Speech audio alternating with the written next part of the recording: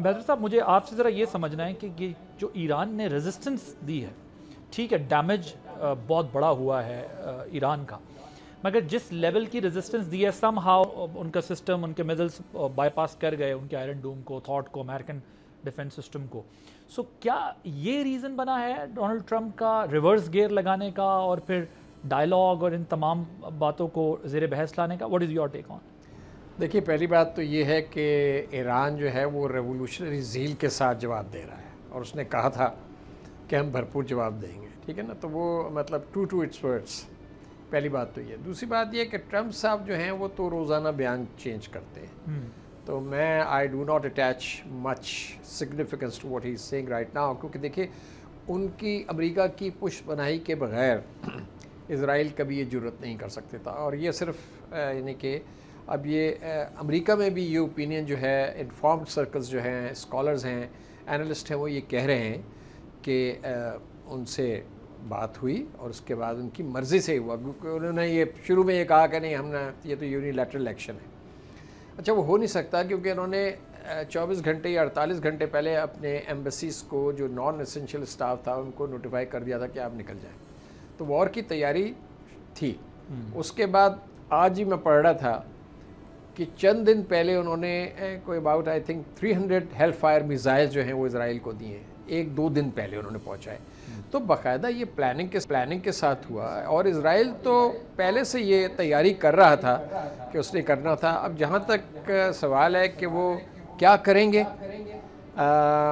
Trump साहब ने तो ये कहा है कि अगर जो न्यूक्लियर जो है एग्रीमेंट उस पर ईरान तैयार हो जाए तो ये सारी चीज़ रुक जाएगी। अब ईरान जो है वो कहता है कि जो हमारी एनरिचमेंट की राइट्स हैं, हम एनपीटी के मेंबर हैं, वो तो आप हमसे नहीं छीन सकते, क्योंकि आप दूसरे एनपीटी मेंबर्स को भी ये राइट देते हैं, यानी कि वो ज़राअत के लिए काम करना चाहते हैं, जो न्यूक्लियर पावर है, न्यूक्लियर एनर्जी है, हेल्थ के ऊपर काम करना चाहते हैं, दूसरी साइंटिफिक रिसर्च के लिए काम करेंगे, वो तो आप डिप्राइव उनको नहीं कर सकते।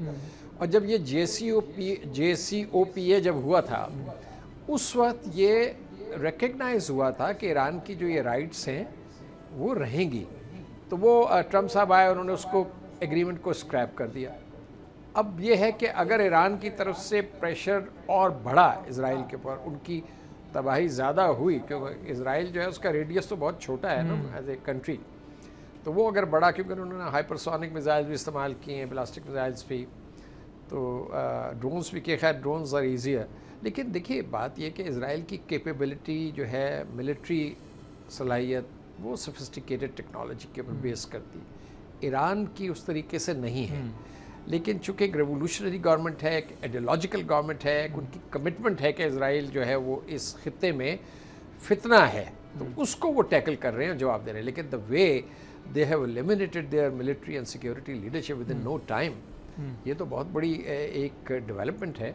और मोसाद की जो इन्फिल्ट्रेशन है वहाँ पर ईरान के सिस्टम में, तो मैं ये कहूँगा कि लगता ये है कि 2 pronged स्ट्रैटेजी है इज़राइल की। वो ये कि इसको जो इसका न्यूक्लियर प्रोग्राम है वो पैरालाइज कर दिया जाए और उसी की आड़ में, इसी प्रोसेस में ईरान की हुकूमत को इतना हिला दिया जाए कि वहाँ अगर पॉसिबल हो तो वो रजीम चेंज भी हो जाए।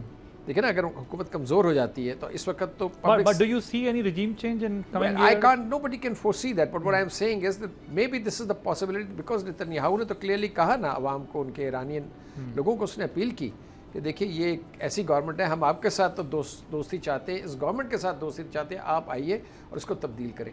अभी तक सेंटिमेंट ईरान में ये है, प्रो गवर्नमेंट सेंटिमेंट है लोगों का, क्योंकि एक एग्रेशन हुआ है, लोग शहीद हुए हैं।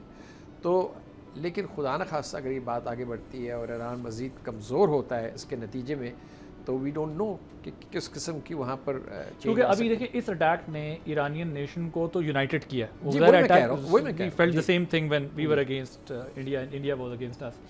तो एक एनवायरनमेंट तो बन गया है, लेकिन आप ये कह रहे हैं कि उनका जो टारगेट था वो 2 pronged स्ट्रेटजी थी उनकी, मतलब वो कोशिश कर रहे थे। सब्सक्राइब करें और बेल दबाएं ताकि कोई खबर रह न जाए।